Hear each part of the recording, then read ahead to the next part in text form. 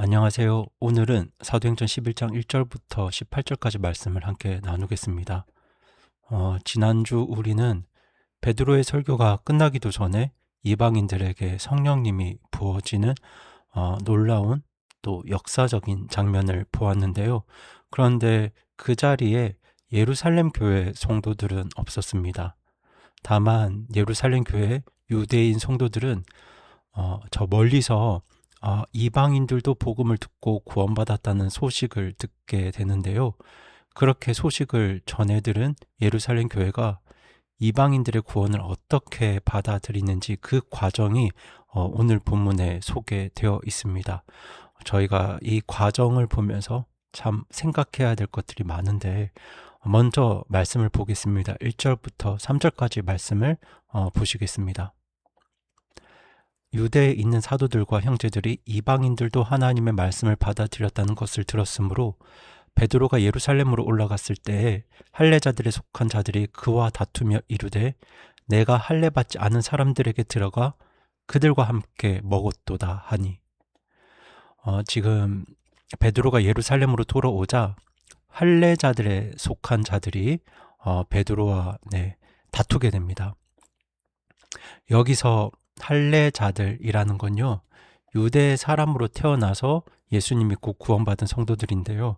어릴 때부터 이 유대 사람들의 규칙을 철저히 지키면서 그들의 전통을 아주 중요하게 여겼던 사람들입니다. 그런데 여러분, 이 말씀을 잘 보시면 지금 이 사람들이 따지는 게 이방인들이 어떻게 구원을 받았냐가 아니고요. 3절입니다. 내가 할례 받지 않은 사람들에게 들어가 그들과 함께 먹었도다. 그러니까 이방인하고 같이 밥 먹었다는 거, 이게 지금 시비의 핵심이었어요. 여러분, 유대인들에게 같이 밥을 먹는 건 단순한 문제가 아니거든요. 이방인들과 같이 밥을 먹는다는 건 이 이방인들을 나와 똑같은 가족으로 한 형제로 받아들인다. 이 이방인들도 우리와 똑같은 사람들이다. 이런 의미였어요. 그런데 이제 이게 바로 유대인들을 불편하게 한 거죠. 왜냐하면 구원은 받았지만 아직 이 사람들에게는 유대인으로서의 어떤 우월감이, 선민의식이 그들 안에 남아 있었거든요. 그런데 사실 우리 마음에도 이런 우월감이 자리 잡고 있을 때가 참 많은 것 같아요. 우리가 예수님의 은혜로 구원받았음에도 불구하고 그래도 어떤 사람들을 보면서 저 사람은 나만큼은 아니지, 저 사람은 진짜 그리스도인이 아닌 것 같아, 아니 뭐 구원은 받았어도 아직 신앙이 좀 그래, 그렇게 마음으로, 말로 하진 않지만 마음으로 사람들을 줄 세울 때가 참 많은 것 같습니다.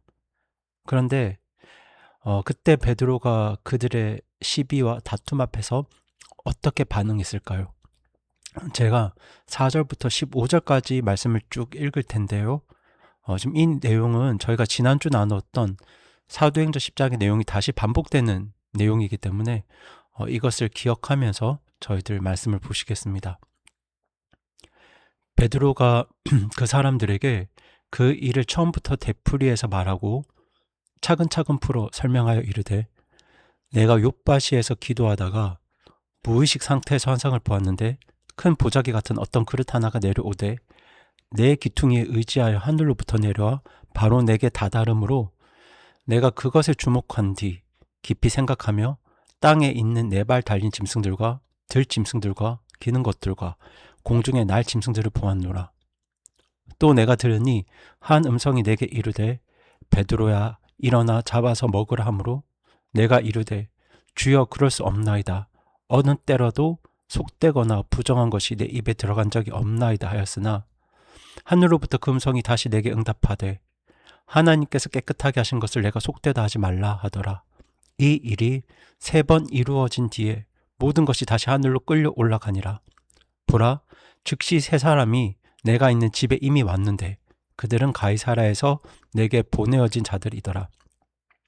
그 영께서 내게 명하사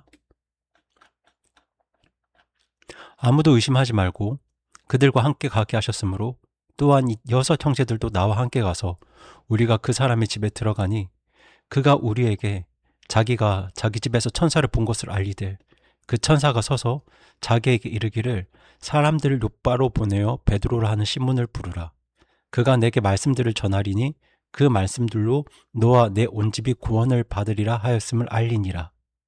내가 말을 시작할 때 성령님께서 그들에게 내려오시되 마치 처음에 우리에게 내려오신 것 같이 하셨으므로. 여러분, 이 내용들 다 기억하시죠? 지난주에 나누었던 사도행전 10장 내용인데요. 지금 이 예루살렘 교회 성도들 앞에서 베드로가 지금까지 있었던 그 일들을 처음부터 차근차근 설명합니다. 욥바에서 본 환상들, 그리고 환상이 끝나자마자 사람들이 집 앞에 찾아온 일들, 그렇게 가이사랴로 내려간 일들, 그리고 말씀을 전하기 시작할 때 성령님께서 임하셨던 일들, 우리가 다 지난주에 나눈 말씀의 내용들인데요. 그래서 저는 오늘 그 이야기들을 다시 풀기보다 베드로가 어떤 자세와 태도로 이 설명을 풀어가고 있는지 그 면을 조금 살펴보았으면 좋겠습니다. 먼저 볼 건 베드로의 태도예요. 저는 이 베드로의 태도가 참 좋은 것 같습니다. 여러분, 베드로가 누굽니까? 사도잖아요. 뭐 예수님의 첫 번째 수제자였지 않습니까? 때문에 지금 이 그 성도들의 시비와 다툼 앞에서 베드로가 그냥 내가 사도다. 당신들은 그냥 내가 시키는 대로 하세요. 이렇게 자기 권위로 사람들을 누를 수도 있었습니다. 그런데 베드로가 그렇게 하지 않습니다. 여러분, 4절을 보세요. 4절을 보시면 베드로가 그 사람들에게 그 일을 처음부터 되풀이해서 말하고 차근차근 풀어 설명합니다. 보이시죠? 그러니까 자기 권위를 앞세워서 사람들을 누른 게 아니고요. 하나하나 처음부터 차근차근 풀어 설명한 거예요. 여러분, 이처럼 하나님의 사람들은 함께 확인하고 함께 깨달아 가려 합니다. 한 사람이 다른 사람을 자기 권위로 찍어 누르는 게 아니라 하나님이 이 일을 하셨습니다 하면서 그 일을 같이 확인해 가는 거죠. 이런 베드로의 설명이 정말 딱 한 곳을 향해 달려가고 있는데요. 거기가 바로 15절입니다. 내가 말을 시작할 때 성령님께서 그들에게 내려오시되 마치 처음에 우리에게 내려오신 것 같이 하셨으므로. 지난주 우리가 나누었던 말씀이죠. 다락방에 있던 그 예수님의 제자들에게 임하셨던 그 동일한 성령님이 지금 이방인들에게도 똑같이 임하신 거예요. 여러분, 이게 베드로가 제시했던 결정적인 증거였습니다. 그러니까 베드로가 이렇게 말하는 거죠. 여러분, 이건 내 생각이 아닙니다. 내 판단이 아닙니다. 하나님께서 친히 행하신 일들입니다. 이렇게 말하는 거예요. 내 판단도 아니고 내 결정도 아니고 하나님이 하셨다는 거죠. 그런데 베드로가 이 일 앞에서 무엇을 떠올렸을까요? 우리 16절, 17절 말씀 보시겠습니다. 그때 내가 주의 말씀 곧 그분께서 이르시기를 참으로 요한은 물로 침례를 주었으나 너희는 성령님으로 침례를 받으리라 하신 것을 기억하였노라. 그런즉 하나님께서 주 예수 그리스도를 믿은 우리에게 주신 것과 같은 선물을 그들에게도 주셨으니 내가 무엇이기에 하나님을 거역할 수 있었겠느냐 하니라. 네, 베드로가 지금 이렇게 말합니다. 16절이죠. 그때 내가 주의 말씀, 예수님의 말씀입니다.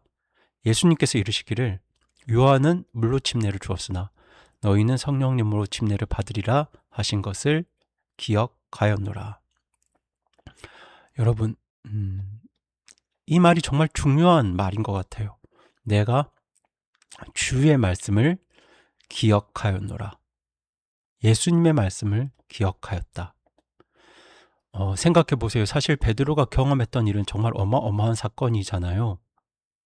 이게 이제 이방인들이 복음을 듣고 구원받는 게 잘못 보면, 얼핏 보면 구약 성경 전체를 부정한 것처럼 여겨지는 일이기도 했습니다. 그렇게 스스로 평생을 지켜온 모든 신념이 뒤집히는 순간이었거든요. 그런데 이렇게 크고 혼란스러운 일을 경험한 베드로가 무엇으로 이 일이 하나님께서 행하신 일이라는 걸 확인합니까? 내가 환상을 봤으니까, 내 마음이 뜨거우니까, 사람들이 그렇게 변했으니까 이걸로 끝낸 게 아닙니다. 베드로는 예수님이 직접 하셨던 말씀, 주의 말씀, 그 예수님의 말씀의 내용이 무엇입니까? 참으로 요한은 물로 침례를 주었으나 너희는 성령님으로 침례를 받으리라. 이렇게 말씀하신 예수님의 말씀을 기억해낸 거예요. 잘 아시겠지만 여기서 요한은 물로 침례를 주던 침례 요한을 말합니다. 그런데 제가 왜 이 부분이 정말 인상적이냐면요. 오늘날 많은 그리스도인들이 이렇게 말하잖아요. 저는 이런 체험을 했습니다. 저는 이런 음성을 들었습니다. 성령님께서 나에게 이런 경험들을 주셨습니다. 그렇게 자기 체험, 자기 경험만을 말합니다. 그런데 여러분, 이 체험만으로는 안 돼요. 성령님은 하나님의 말씀, 예수님의 말씀과 함께 일하시는 분이지 하나님의 말씀을 거슬러서 일하시는 분이 아닙니다. 때문에 우리가 무언가를 분별할 때, 이것이 하나님께서 일하시는 일인가를 분별할 때 내 느낌이 어떤가가 아니라, 내 경험이 무엇인가가 아니라 하나님의 말씀이 뭐라고 하시는가, 여기에 집중해야 됩니다. 그 하나님의 말씀을 기억해내야 합니다. 그런데 지금 베드로가 뭘 기억합니까? 주의 말씀, 예수님의 말씀을 기억합니다. 그렇게 예수님의 말씀을 떠올린 베드로가 이렇게 결론을 내려요. 17절을 보시면 하나님께서 주 예수 그리스도를 믿은 우리에게 주신 것과 같은 그 선물을, 여기서 선물은 성령님이시죠. 그 선물을 그들에게도 주셨으니 내가 무엇이기에 하나님을 거역할 수 있었겠느냐. 저는 이 말이 정말 멋있습니다. 내가 무엇이기에. 여러분, 옛날에 베드로는요, 자기가 먼저 계획을 다 세우고 예수님을 향해서 이렇게 해주세요, 이랬던 사람이었어요. 그런데 지금 베드로는 내가 무엇이기에 하나님의 일을 거역할 수 있겠습니까? 하나님이 무슨 일을 하시든지 하나님이 일하시면 저는 그분을 따르겠습니다. 이렇게 말하는 사람으로 변화된 겁니다. 그러니까 내가 원하는 자리에 하나님을 맞추려는 사람이 아니라 하나님이 일하시는 자리에 나를 맞추려는 사람, 그게 베드로였어요. 저는 저와 여러분이 이런 사람이 되었으면 정말 좋겠습니다. 그런데 이렇게 모든 베드로의 설명을 들은 예루살렘 교회가 어떻게 반응했냐면요, 이 또 너무 멋있는 것 같아요. 우리 18절 말씀 보시겠습니다. 그들이 이것들을 듣고 잠잠히 있으면서 하나님께 영광을 돌리며 이르되 그러면 하나님께서 이방인들에게도 생명에 이르는 회개를 주셨도다 하니라. 여러분, 베드로가 지금 자기의 마음속 이야기, 그리고 결정적으로 예수님의 말씀을 다 쏟아놓자 그렇게 시끄럽게 다투던 사람들이 다 잠잠해집니다. 조용해집니다. 그러면서 하나님께 영광을 돌립니다. 그리고 뭘 인정합니까? 하나님께서 이방인들에게도 생명에 이르는 회개를 주셨도다. 인정합니다. 멋지지 않습니까? 놀랍지 않습니까? 조금 전까지만 해도 다투던 사람들이잖아요. 저는 여기서 성령님의 역사가 무엇인지 더 정확하게 보게 되는데요. 성령님의 역사라는 게 보지도 않은 것, 듣지도 않은 것, 직접 확인하지 않은 것을 신비한 방법으로, 신비로 알게 하시는 역사가 아닌 것 같아요. 물론 그렇게 역사하실 때도 있지만 대부분은 그런 게 아닌 것 같아요. 여러분, 지금 이 예루살렘 교회 성도들은 이방인들의 구원을, 그들이 구원받는 그 현장을 직접 본 적이 없기 때문에, 경험한 적이 없기 때문에 베드로에게 따지는 겁니다. 항의하는 거죠. 그런데 베드로가 자기가 경험한 걸 예수님의 말씀으로 풀어냈을 때 지금 이 예루살렘 교회 성도들이 자기 평생의 전통, 자기 편견, 자기 판단, 그거 끝까지 붙잡지 않고 다 주님의 말씀 앞에 내려놓습니다. 하나님이 일하시는 걸 보고 또 예수님의 말씀을 깨닫게 되자 그렇구나 하고 다 내려놓은 거예요. 여러분, 이처럼 내 평생 지켜온 전통과 편견과 고집과 판단을 예수님의 말씀 앞에서 내려놓을 수 있게 하는 역사, 저는 그것이 성령님의 역사라고 믿습니다. 아무리 신비한 경험과 체험을 하고 뜨겁게 열정적으로 주님을 찬양한다 하더라도 주님의 말씀 앞에서 나의 고집, 나의 편견, 나의 판단을 내려놓을 수 없다면 그건 성령님의 역사가 아니에요. 성령님의 역사는 하나님의 일하심과 주님의 말씀 앞에서 굴복하게 하는, 순종하게 하는 역사입니다.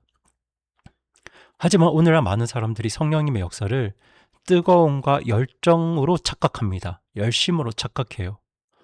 하지만 여러분, 지난주 나눴던 사도행전 10장 말씀도 그렇고 오늘 나눈 11장 말씀도 그렇고요. 성령님의 역사는 하나님의 사람들을 다 어디로 이끌고 가고 있습니까? 네, 순종으로 이끌어갑니다. 순종의 자리로 이끌어가요. 그래서 베드로가 이렇게 말하고 있죠. 예수님이 하신 말씀에 따라, 주의 말씀에 따라 하나님께서 이렇게 일하셨습니다. 그걸 제가 어떻게 거역할 수 있었겠습니까? 그렇게 구원받은 성도들은 주님의 말씀 앞에 굴복합니다. 순종합니다. 그래서 유대인 성도들이 이방인들을 한 가족으로 교회의 지체로 맞아들일 수 있었던 거예요.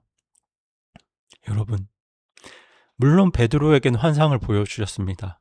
하지만 베드로를 제외한 모든 성도들에게는 무엇으로 역사하셨나요? 네, 베드로의 입술에서 나오는 예수님의 말씀으로 역사하셨어요. 예수님의 말씀이 선포될 때 그 말씀 앞에 굴복하게 하시는 역사, 그 말씀 앞에 순종하게 하시는 역사, 그것이 바로 성령님의 역사입니다. 때문에 여러분이 성령님의 인도하심을 구합니다 라고 기도하신다면 그것은 바로 주님의 말씀에 순종하기 원합니다. 이것과 같은 기도인 거예요. 그렇게 주님의 말씀과 성령님의 역사는 절대로 떼어놓을 수 없습니다. 때문에 여러분이 진정 성령님의 도우심과 인도하심을 구하신다면 무엇보다 성경을 자주 읽으셔야 합니다. 그리고 어느 성경을 먼저 읽을까 고민이 되시면 예수님의 말씀이 가장 많이 담겨 있는 복음서를 자주 읽어보시길 권면드립니다. 그렇게 마음을 열고 예수님의 말씀을 읽고 들을 때 성령님께서 그 삶을 인도하시는 복된 역사가 오늘 하루 우리 모든 성도분들의 삶에 충만하기를 우리 주님의 이름으로 축원드립니다. 그럼 이 시간 함께 기도하시겠습니다.